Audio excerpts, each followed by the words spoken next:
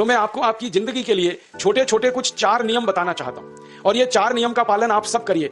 मैं आपको विनम्रतापूर्वक लेकिन विश्वास से कहता हूं कि ये 4 नियम का जो भी पालन करेगा, जिंदगी में बीमारी और रोग उसको कभी आएंगे नहीं। आप भी अगर ये पालन करेंगे तो बहुत अच्छा होगा। मैं भी करता हूं मेरे जीवन में। मैं पिछले 15 वर्षों से योग प्राणायाम करता हूं, उसके साथ कुछ नियम मैंने बनाए हैं, वो नियम का पालन करता हूं और वही नियम आपको बताना चाहता हूं। स्वामी जी पालन करते हैं, मैं करता हूं, हमारे लाखों योग शिक्षक करते हैं, और इन नियमों का पालन करने से हमको इतना लाभ हुआ है कि कभी बीमारी आती नहीं।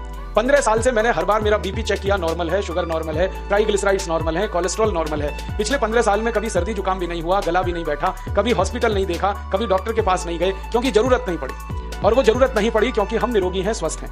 ये निरोगी और स्वस्थ होने के लिए आयुर्वेद की एक छोटी सी जानकारी आपसे मैं शेयर करना चाहता हूं। आयुर्वेद में ये कहा गया है कि किसी भी व्यक्ति को निरोगी होना है, रोगमुक्त होना है, तो अपने जीवन में 3 बातों का ध्यान रखे। अपना वात, पित्त और कफ, तीनों का संतुलन रखे। 3 तरह के दोष हैं हमारे शरीर में, वात, पित्त, कफ। आपने सुना होगा, ये त्रिदोष आधारित शरीर है।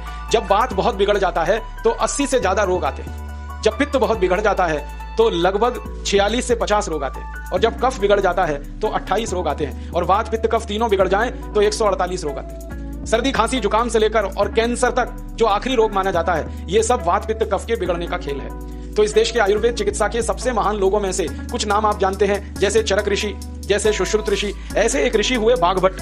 बाघभट्ट ऋषि ने एक पुस्तक लिखी है, उसका नाम है अष्टांग हृदयम, और एक पुस्तक लिखी है, उसका नाम है अष्टांग संग्रहम। इन दोनों पुस्तकों में उन्होंने 7000 नियम बताए हैं। उनमें से 4 बताता हूं, अच्छे लगे तो आज से ही पालन करो, और दूसरों को भी बताओ, ताकि कोई भी इन नियमों का पालन करे तो बीमार ही ना पड़े। ये चारों नियम हैं वात, पित्त और कफ को संतुलित रखने के लिए। अब वात, पित्त, कफ तीनों एक साथ आपके संतुलित रहें, तो उसके लिए पहला नियम है खाना खाने के तुरंत बाद पानी नहीं पीना। ये पहला नियम।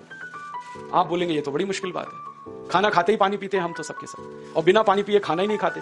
कई लोग तो खाने से ज्यादा पानी पीते हैं, खाना कम खाते हैं, पानी ज्यादा पीते हैं। ये खाना खाने के बाद पानी कभी भी नहीं पीना, क्योंकि महर्षि बाघभट्ट कहते हैं भोजनांते विषम वारी, माने भोजन के अंत में पानी पियो तो जहर के पीने के जैसा है।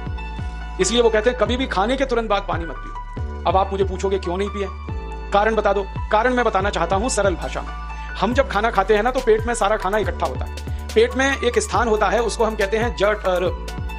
संस्कृत में, हिंदी में जठर कहते हैं, अंग्रेजी में उसको एपिगैस्ट्रियम कहते हैं, हिंदी में कुछ लोग उसको आमाशय भी कहते हैं। ये जठर छोटा सा स्थान है। आपके पेट में नाभि है ना, उसके लेफ्ट साइड में बाईं तरफ छोटा सा स्थान है। सारा खाना आपका इसी स्थान पर आता है, जो भी आप खाते हो, रोटी, चावल, दाल, सब्जी, दूध, दही, कुछ भी खाओ, सब कुछ जठर में आता है। अब जठर में जैसे ही खाना इकट्ठा होता है तो उसमें आग जलती, और उस आग को कहते हैं जठर अग्नि, मिला के बोल देते हैं जठराग्नि। आप जैसे ही खाना खाते हो, पेट में जठर में अग्नि जलती है, वो अग्नि खाने को पचाती है, और अग्नि खाने को ऐसे ही पचाती है जैसे रसोई घर की अग्नि खाने को पकाती है। आपके रसोई घर में आप अग्नि जलाओ, उसके ऊपर दूध रख दो, दूध में थोड़ा चावल डाल दो, अग्नि जब तक जलती रहेगी खीर तब तक बनती रहेगी।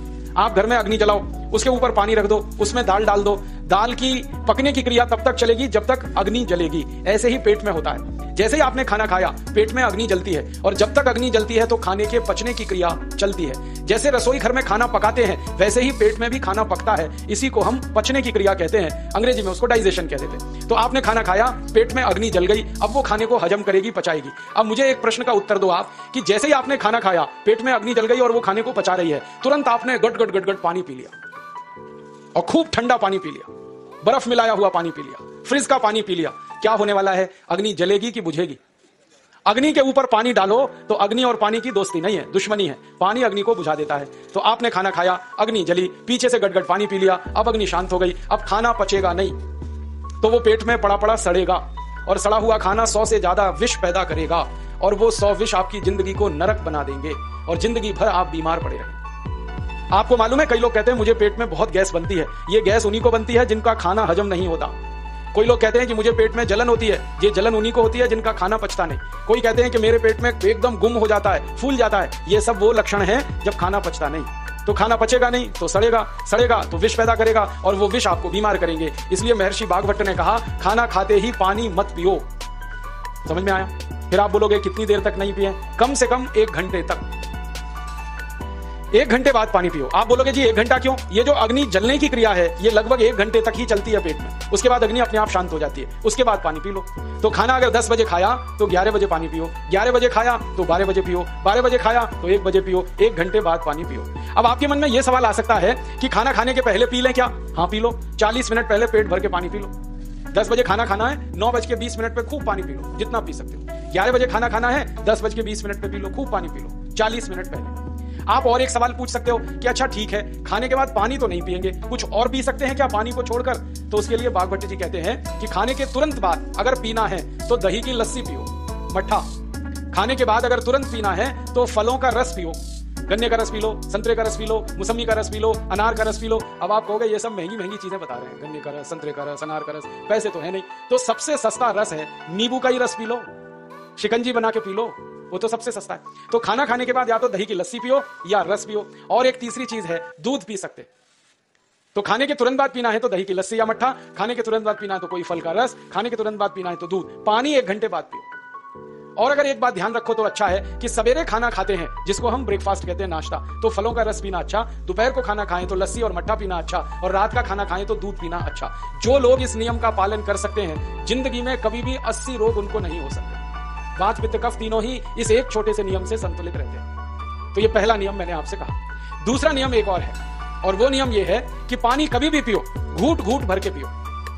जैसे गरम चाय पीते हैं, गरम कॉफी पीते हैं, गरम दूध पीते हैं, एक एक घूट भर के, एक एक सिप करके, ऐसे ही पानी पीने की आदत डालो। ये मुंह में एक बार गिलास लगा लिया, घटाघट उसको खाली कर दिया, ये तरीका गड़बड़ है। 1 घूट पानी, 2 घूट पानी एक बार में उतना ही पी। आप बोलोगे ये क्या चक्कर है? बात ऐसी है कि एक एक घूट पानी जब हम पीते हैं तो मुंह की लार पानी के साथ मिलकर पेट में अंदर जाती है, और ये जो मुंह की लार होती है ये क्षारीय होती है, और पेट में हमेशा अम्ल बनता रहता है। तो 1 घूट पानी पिया, मुंह की लार इसके साथ अंदर गई, 2 घूट पिया और ज्यादा गई, बार बार लार अंदर जाएगी तो क्षार पदार्थ पेट के अम्ल के साथ मिलेगा। पेट में अम्ल बनता है, मुंह में लार क्षारीय होती है, तो ये क्षार को अम्ल में मिला दिया जाए और ये अच्छे तरीके से मिलकर पेट में जाए तो कभी भी कोई व्यक्ति के पेट को अम्लता नहीं होती, एसिडिटी नहीं होती। और पेट में अम्लता नहीं होती तो रक्त में अम्लता नहीं होती, और जिनके रक्त में अम्लता नहीं होती उनकी जिंदगी में कभी भी वात पित्त कफ के असंतुलन की स्थिति पैदा नहीं होती। इसलिए पानी घूट घूट करके पीना। मैं आपको एक छोटा सा मेरा ऑब्जर्वेशन बताता हूं, परीक्षण। आप भारत देश में या दुनिया में कहीं भी जाओ, मनुष्य को छोड़कर पशु पक्षियों को देखना शुरू करो, वो पानी कैसे पीते।